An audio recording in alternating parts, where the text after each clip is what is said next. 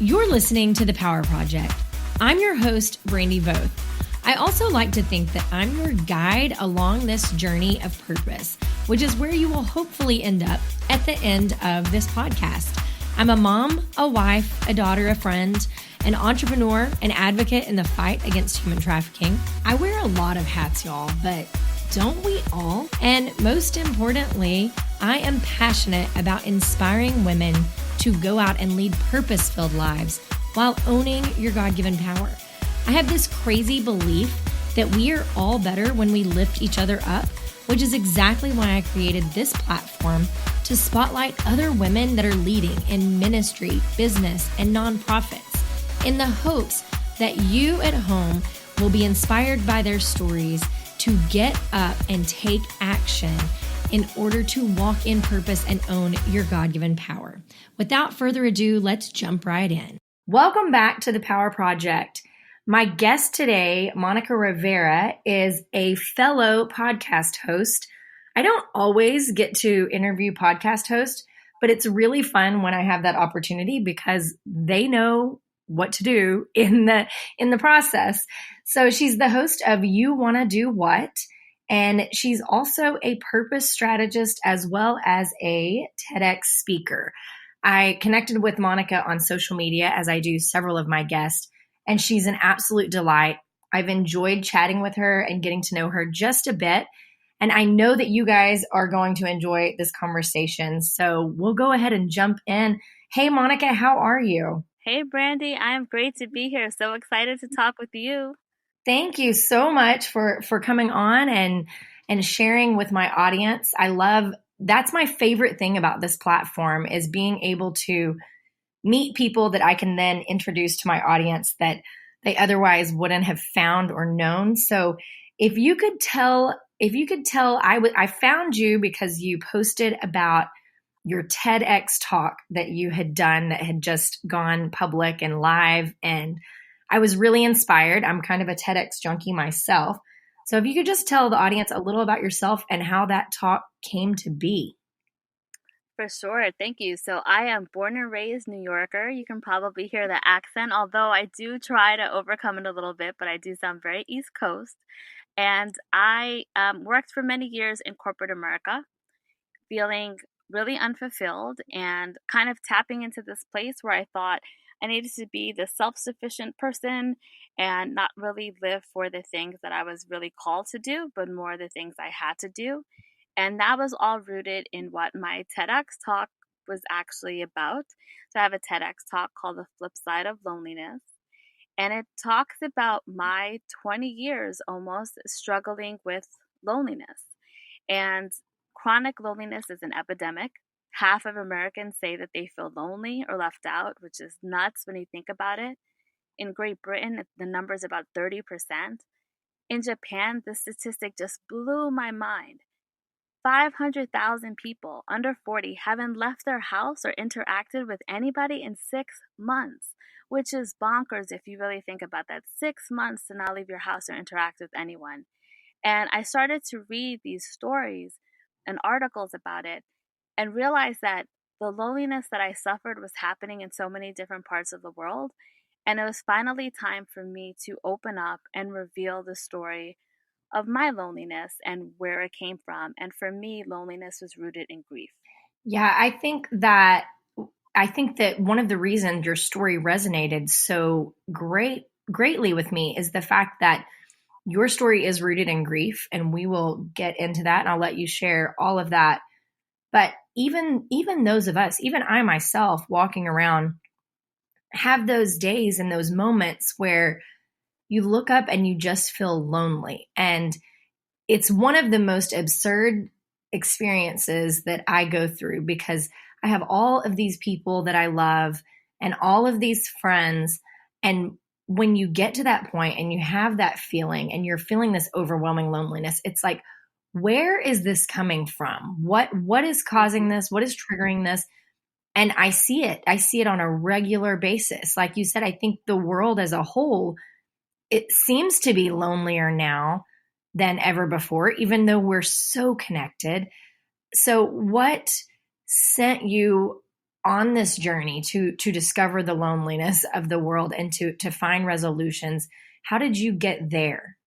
Well, for me, I think it's great that you said that, and I do touch on this in my talk that loneliness comes in many different forms. So it could be losing a job, deployment, divorce, relocating to a new city, illness. There's many reasons. Just the day to day, even folks that are starting their own business often describe how lonely that journey feels to be by yourself, where maybe you worked in an office full of people and now you're out here grinding and hustling on your own. And it is a very lonely and isolating experience. So for me, I think what I've learned in my journey is to be very empathetic to people that are experiencing different things and also keenly observing what people are going through. And for me, I knew what it felt like to be lonely. And I also knew what it felt like to have people give me these tips that just felt very well intentioned, but not what I needed. So they'd say, go make new friends. And it's one of those funny things, like, if it was just so easy to make new friends, then, like, wouldn't we all just constantly have, like, thousands of friends in our circle? But while it might be easy to meet somebody to go for drinks or to go for a mani-pedi, it's a little bit more challenging, especially when you get to a certain age, to meet people that are going to be able to connect with you and maybe resonate with your story and be there with you in all the ways that you need. So I got a lot of quick fix tips, Brandy, of meet new friends, inspirational quotes, telling me to find my purpose. But for me, I learned that the cure to loneliness was an inside job. I couldn't look externally to find the solutions that I needed. I had to do the inner work. Yeah, and I think that I've been in the process of writing a book for the past, 2.5 years, and really leaning into this purpose journey, like you and I spoke about earlier, of just following that call. And it's interesting to me, like when you talk about the businessman or the business owner that leaves a job and goes out on their own, that loneliness they experience. And it really is a period of, I call it the wilderness period, of where you're so focused on what you're doing at that point and what you're creating and what you're building for the world. It can tend to feel lonely. And I 100% have found that it's an inner journey. It's an inner search. And so what is your solution? What is your fix to this lonely problem while you go on this inner journey? Absolutely. And I will say, even as a podcaster, when I first turned to podcasting, and it was something that I'd been a listener for a really long time and decided, I think I'm going to give this a try. I don't know if anyone's going to listen or if I have anything that profound to say, but I'm going to give it a try anyway. And I remember there was one day where I edited an episode. It was the first episode where I had a guest, and it took 13 hours to edit that episode. And it was simply because it was my first time. I had the learning curve, all those things happening at once. It had gone from day to night. And when I finally came up for air and I'd finished editing, I remember looking around and there was no one there. There was no one to give me that high five, like, wow, you did it. And it's in those moments, little things like that, where I didn't stay in that moment for long, but it did feel a little lonely. Like no one else could really understand what I had just spent the entire day doing. And so, for sure, when it comes to business owners, or if you're in some place in a career transition, it can definitely be isolating. The recipe that works for me, and I talk about this, is curiosity plus exploration equals becoming your own best friend. And to me, those are the three pillars that have moved me out of loneliness in my life. And these are battle tested, tried and true, 20 years in the making. So I feel very confident in sharing that with folks. So when you talk about this idea of curiosity and exploration, I would assume that this looks different for everyone's idea of curiosity and exploration, but what does this look like for you specifically? So curiosity for me is think back to when you were a child, or if you have any children in your life. They're constantly curious. They want to put their hands in places where they aren't supposed to be. They want to climb up on trees or boxes or pick up rocks at the park. I have two, what I call nieces, who are not my biological nieces, but they're the daughters of my closest friends. And we take her out to the park. She's not yet 2 years old, every week. And every week she doesn't care about the rides. She only cares about picking up rocks. But this is the thing that she likes to do. And so on Sundays, we find ourselves picking up rocks with her. And that's her way of being curious. So, the same way that we see curiosity displayed in children is the same premise that I think we should apply into our adult lives. Think about the things that brought you joy when you were a kid. Think about even the tiniest things. So, I live in New York City. I find myself on the subway way too often. And when I'm on the subway, specifically when it's stuck in between stations, I look around at the advertisements. And even if it's an advertisement for a company and I think, I have no idea what this advertisement is supposed to mean, when I get up top and I have signal again, I'll Google the company. Not because I might buy anything, not because of anything more than just being curious. And it's those little tiny things of where we have a thought in our head that says, I wonder what that means. Or I wonder why this product is out there. Or I wonder what this movie is about. Or if there's a concert playing in my town. Listen to those tiny calls of curiosity when they come. Instead of pushing them to the side and saying, I don't have time, I'm too old, what am I doing at this thing? I shouldn't spend the money on that. Be still and listen to those little moments of curiosity that come up for you. The second piece is exploration, because you can have the list of your curiosity items, but if you don't actually explore it, then it's just something else you're going to beat yourself up over that you didn't do. Because now it's like, oh yeah, I thought about going to see that play, but I never did it. I thought about calling that old friend, but I never did. And now what's the point of that? Now you feel guilty. So the second step is to explore and really let yourself play in those spaces where it feels more comfortable for you to say yes to something. And I always tell people, I don't believe in going around the pain, I believe in going through the pain. So if you're experiencing loneliness or you're in just a season of your life where it feels like it's more clouds than sun, just keep going through it and show up for yourself. That's the best advice I can give. Use curiosity and exploration to show up for yourself. So, are you by nature, are you an adventurous person by nature? Have you always been a person that would seek out the adventure in life, or is that something that you've developed over time? I've always been a curious person, that's for sure. Even as an adult, I want to press the button that I'm not supposed to press to see what it does. I remember as a little girl, my dad had taken me on vacation to California, which is a very big deal coming from New York. And we were in the wax museum. There was a wax figure of Madonna, and it was all over plaster. Do not touch the wax figures. But what do? I say, oh my gosh, this is Madonna.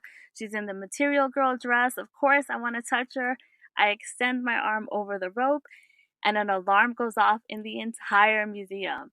My dad's neck could not turn around fast enough to say, what did you just do? So, yes, I have always been a little adventurous when it comes to that. But something else that's really funny is that I've also never tried a peanut butter and jelly sandwich. So when it comes to food, I'm not adventurous. I will say I'm moderately adventurous. There's certain things I won't do. So for some reason, over the line is trying a peanut butter and jelly sandwich, but running in mud for an obstacle course race seems like a perfectly good way to spend a Saturday. That is awesome. I kind of have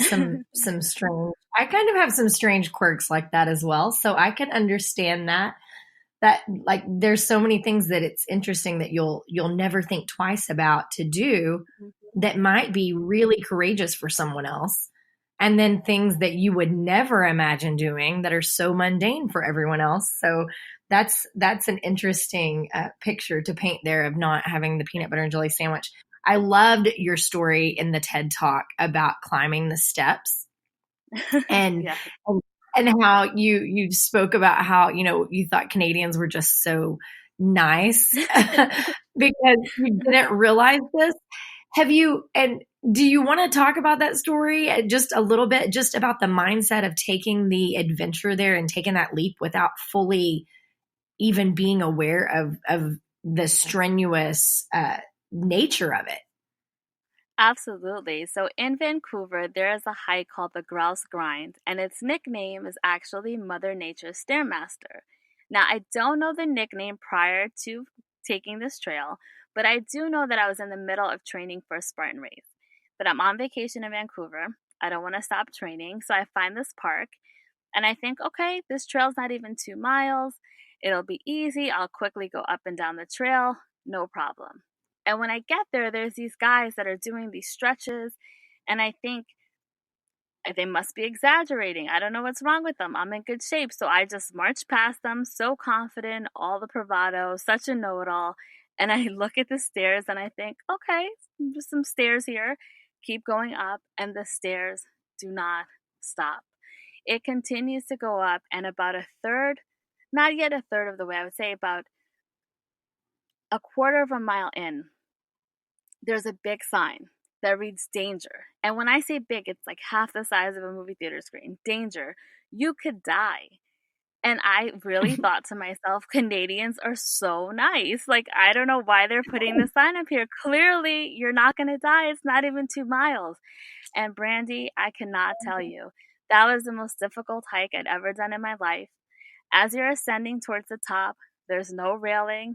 There's a tiny little rope that isn't even taut. It's this loose little rope that, I don't know, is supposed to give you some weird sense of security. It gave me none. It was so terrifying that towards the top, I was almost in tears crying. I had no service. I didn't know what I had done. And once you get past a certain point, they actually tell you it's too dangerous for you to turn around and go back. So you have to just say, however I get up here is how I'm going to get up here. And after I made it to the top, I didn't look at the view, but I did read that that hike was one of the 10 most dangerous hikes in the entire world. So that is definitely a case where exploration got me into a little bit of trouble, but it resulted in a good story. But it also speaks so truly to your mission in life and your platform, where you talk about don't live in the land of one day. Don't wait for these opportunities. And so that hike, I think the reason I wanted you to share it is because it's such a great depiction of being able to look back and say, I did that. I didn't analyze it. I didn't think about it. I didn't wait for the time to come. What do you think sparks you being so adamant about taking every opportunity as it comes and not waiting? So, as I describe in my talk, my mom died when I was 16, and I was in the room with her when she passed away. And in 7 years, the rest of my family members had died. And it was something I would have never predicted. I never thought that this would be my life. But what I learned was that I had family who talked about one day we're going to go to the Bahamas. I remember very clearly sitting on the edge of my mom's hospital bed, and she was so confident that she was going to make it out of the hospital. And she told a story about how I've looked up these hotels in the Bahamas and we're going to go there as a family. And I want to see the ocean and all of these things. And she never got to do it. I remember how desperately my grandmother, had wanted to go to Spain. And there was one of those things that she had on her bucket list for years. And she thought, when I retire, I'm going to finally see Spain. It was only 6 months into her retirement when she was diagnosed with cancer. And about 3 months later, she passed away. So those stories resonated with me. Listening to my family talk about all of the things that they said that they were going to do one day. And I don't think I was even aware of it at the time when I was in my mid-20s as to why I was living my life in this way of saying yes to opportunities and finding a way to get things done. But later, when I got into my 30s and I really started to stop and think about it, all of the things that they didn't do affected me in the way that I wanted to say yes to everything. And not only did I want to say yes, but I wanted to help other people say yes to those things. And to realize that putting things off till tomorrow, a tomorrow that we're not guaranteed, for me isn't the way that I want to live. So it's important to do it responsibly. It's important to be fiscally responsible and not get yourself into a whole mess of debt, living in the now. But when you can say yes to something today as opposed to waiting until one day, that's what I try to help people do. And that's the way that I live my life. And I want to lean into this a little more because right now you mentioned you're 20 years out from the beginning of this journey. And at the age of 16, you lose your mom. By the age of 23, you've lost literally all your family members. Mm-hmm. And I know you're first generation immigrant to the US, correct? Yes. Mm-hmm. Okay, so you really, the support system that you have, your familial support is gone. I don't think that you woke up overnight and said, "Oh, I'm so enlightened and I'm so mature and I have a clear vision of how to not be lonely in this world," right? So at that point, back at the age of 23 or so, when you saw yourself really alone in the world, did that did you go through the just being angry at the universe, angry at God? How did you come to peace with that? Because I know so many people that have experienced more life than you, even that have experienced less loss than you, and they still have not been able to step out of that spot and cross the threshold into healing. For a long time, I was very angry, but I hid my anger. So I listened to a lot of music that was angry, and that was the way I would go to concerts and let out my anger in these spaces that felt safer to do that. And I'd go to these rock concerts and I'd go to mosh pits and jump up and down and do those things and kind of release it in that way at the time. But in the midst of this, I also found that I was traveling a lot. And some of that was simply because I had a job that required me to travel, so that was helpful. But also, what I found was where I lived felt like it was full of ghosts. And honestly, Brandy, I felt like I needed to escape those ghosts. So the opportunities that I had to travel, even if it was small trips, I would say yes to because I didn't feel like I was carrying that baggage with me when I was someplace new. And those are the ways that I started to heal myself in the beginning through music and through these trips of exploration and going to new places. And I felt there I could almost start to expand. So I was wound up. It was almost as if I was in a straitjacket. I felt like there was no place for me to move when I was home. Everywhere I looked was a reminder, or someone asking me if I was okay, or someone coming up to me in the neighborhood telling me a story about a family member. And at the time, I couldn't hear any of those things. And so I spent a lot of time with myself, feeling really comfortable with where I was. And also, what was great about it, and this is such a strange thing to say, but I enjoyed the time I spent by myself because I didn't have to pretend to be anything else to someone else. So when people said, "Hey, how are you feeling?" I didn't have to lie and say, "Oh, feeling good," or "things are getting better." Because there comes a time where people don't want to continue to hear you complain, and that's just human nature. Everyone's well intentioned, but they kind of don't want to hear it after a certain amount of time. And when I was by myself, I could just simply be whatever I wanted to be in those moments. And so it was a lot of that, just making peace with myself. And when I say becoming my own best friend, it was really true. I had a great time with myself. I had great trips, I had great concerts, I read amazing books, I picked up fascinating hobbies, and I just allowed myself to be in the space where I needed to be at the time without asking for permission from anyone else. And I think it's interesting, and I want to be super sensitive on what I'm going to say, because by no means do I know what you've gone through. By no means do I know how it felt on your end. But it is interesting to me from seeing other friends and people that have lost close loved ones and multiple loved ones. It's almost like they're healing when they have a large family and when they have a large network and when there is a lot of people that have suffered the same pain. I've seen them get trapped in a space where they end up feeling responsible for taking care of everyone else, and they don't necessarily have their own time or their own space to heal on their own. So while by no means would I ever say that it was easier for you. It looks different when you talk about being able to be, in your own space and heal on your own and realize who you are. So that's an interesting position, because I don't necessarily know. I usually hear the ones that say I had to be this for my sister, and I had to be this for my mom, and I had to be this for my dad, and I had to take care of everyone. I haven't really ever spoken with someone that says I was able to sit with it in my space. So do I you will think that, I will go say ahead. this I was though. just going to say, do you think that it looks different because of that process?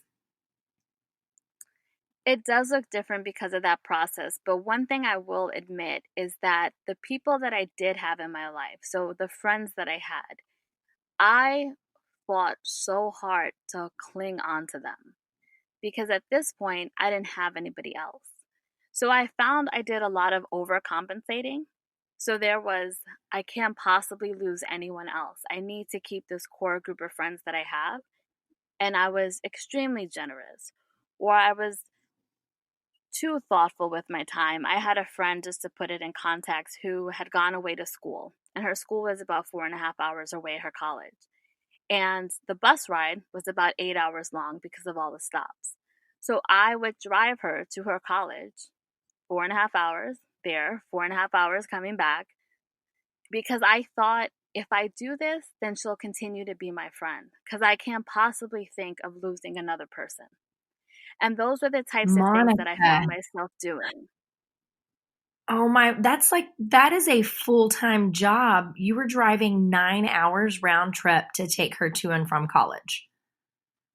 Yes. Wow. Wow. And I get that. I totally understand what you're saying and why you would feel like that was a necessity. So how did you learn to establish boundaries in a healthy way there, where you realized you could love someone without giving all of yourself away and all of your time away? So that took a lot of time, and very interestingly, that same person that I had made those drives with, at one point had told me, I can't be your friend anymore because you're too sad all the time. And there was something that, as horrible as that sounds, it was very liberating in realizing for me exactly your point, that no matter how hard, and I put this in quotes, I try to love someone, that's not the way to get the person to stay. And so that was actually the first step in helping me create boundaries for myself, of realizing, like, oh, it's not about just giving until I have nothing else in my tank. It's really about just trying to create some level of normalcy in my friendships and not hold on to something so tight. Because the thing is, when we do that, the other person can feel it. They can feel like they're being held on to with this crazy tight grip. And so that was actually a really important thing for me. So, as painful as that was to lose that friendship ultimately, it was a learning lesson for me. And then I will say, therapy and faith were reintroduced into my life. I had never gone to therapy before, and I said, I think this is something I'm going to try for myself. And I had grown up in the Catholic Church my entire life. After my family members had passed away, I really strayed from that. I had a really hard time making sense of things. I'm someone who's always asking the question why, and there was no answer for those questions that I had. And because of that, I found myself in this period of just being lost, just simply not believing in anything, simply existing. And once I started to return to those things, I started to feel more like myself.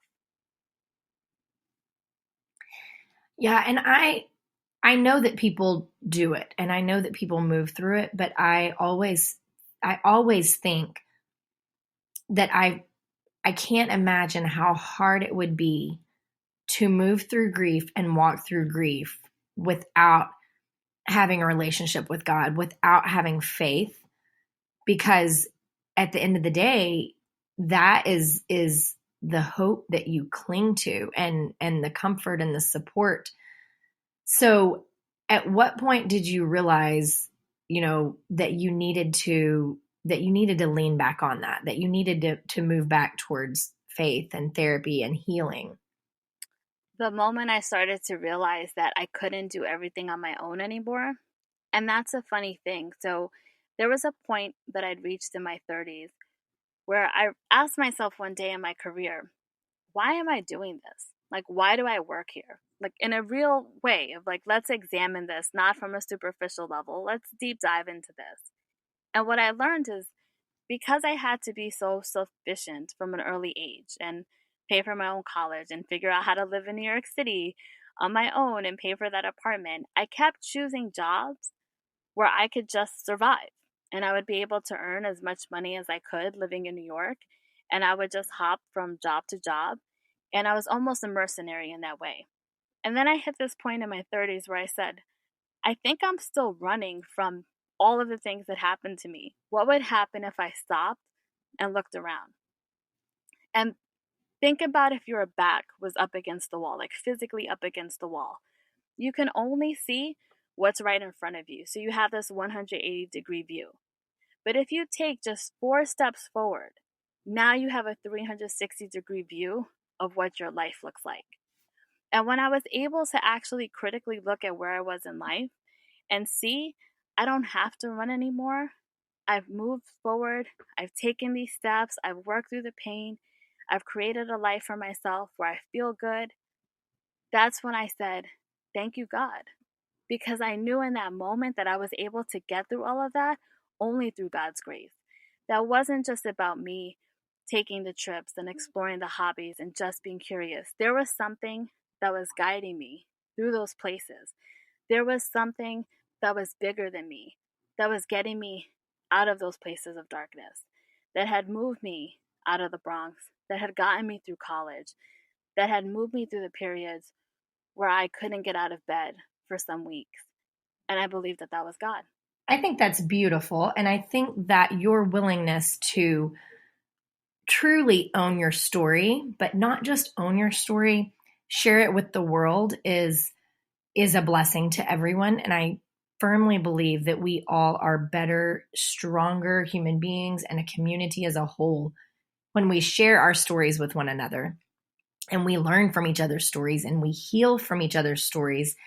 And so I know that you're super passionate about owning your story, but I know that you're also really passionate about helping others to realize their purpose and own their own stories. And so that's part of the reason you created this podcast. What do you have going on, and how are you helping others to realize their purpose and step into the curiosity and exploration phase? So you want to do what started from that very feeling of what? You're nuts. What is it that you want to do? And my idea at the time was I want to start a podcast. Hey guys, if you've considered starting a podcast like Monica and I have, but you're overwhelmed by how to actually launch, I've created a basics of podcasting course over on Skillshare. So you can sign up for my course and get 2 months of free premium membership. Skillshare is where I learn all types of skills that I don't know how to do otherwise. I'll include the link in the show notes. You can head over to Skillshare and search Brandi Voth's class, The Basics of Podcasting. And I think a lot of us have these ideas that we keep to ourselves, that we don't want to share with anyone until there's one day where we turn to our best friend and we share that dream out loud and they come back and say, you want to do what? And so that was the whole reason for starting the podcast, talking to people that felt just like me. And it's all rooted in the ideas that I speak about in the TED Talk, and everything that sort of happened in my life kind of comes back to this being my why.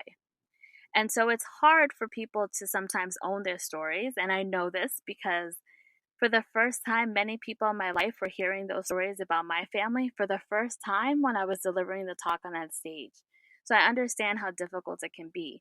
But I had gotten to a place where I felt like I was ready to move forward without those stories defining me completely as a person and simply being part of my journey, not my entire journey. And so what I try to do for other people is help them understand their purpose, not their passion, because I hate when people talk about just finding their passion. Because for me, as someone who has lots of interests, that sometimes feels like there's something wrong with you if you can't pick just one thing. So I think purpose evolves, purpose changes. And I try to help people tap into those things that they want to do. And maybe their purpose lasts for a season. Maybe it's starting a podcast. Maybe it's writing the book that they've always wanted to have.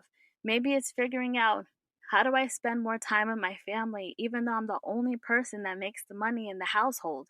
How can I still achieve those things? And so that's a lot of the work that I try to do. And specifically in podcasting, because honestly, Brandi, it has changed my entire life since I decided to step in this. I credit God for the fact that doors that I was knocking on before the podcast weren't opening for me. And I didn't know why. And I kept saying, I don't understand. I've been in corporate America such a long time. Why aren't these doors opening? Once I started podcasting and these doors opened and these new paths unfolded before me, I said, I got it, because I was knocking on the wrong doors. Those weren't the doors that God had for my path. And once I was able to understand that, I was able to live in a completely different way. So, what I'm doing right now is offering group coaching for podcasting because it has changed my life. And I think it's such a benefit. As you said, we get to talk to people that we normally would have never spoken to in our everyday lives. And so it's a group coaching program for podcasting called Podcast with Confidence, because for years I thought about starting a podcast but did not have the confidence to do it. And that's really the number one reason that people have when delaying their podcast. So through the group coaching, we work through all of those internal things, and then we do a lot of stuff with the practicality of how do you actually launch your podcast. Yeah, so I'm so curious. I'm always curious every time I speak to a fellow podcast host. Where did you have your first idea to have a podcast? What spawned that? 12 years ago, I listened to a podcast called The BS Report from a man named Bill Simmons, who worked for ESPN at the time. I'm a huge sports fan. And he had this podcast where it was very casual conversation. He'd bring on college buddies, he brought on his dad, and they would talk about sports and pop culture and technology. And I remember every Friday, I could not wait to hear it. It wasn't on our phones yet. I would go and stream it online. And I just thought, I'm friends with Bill. It felt as if I had run into him on the street. I'd ask him about his family and his wife and the latest movie that he saw. And that was my first foray into learning about podcasts.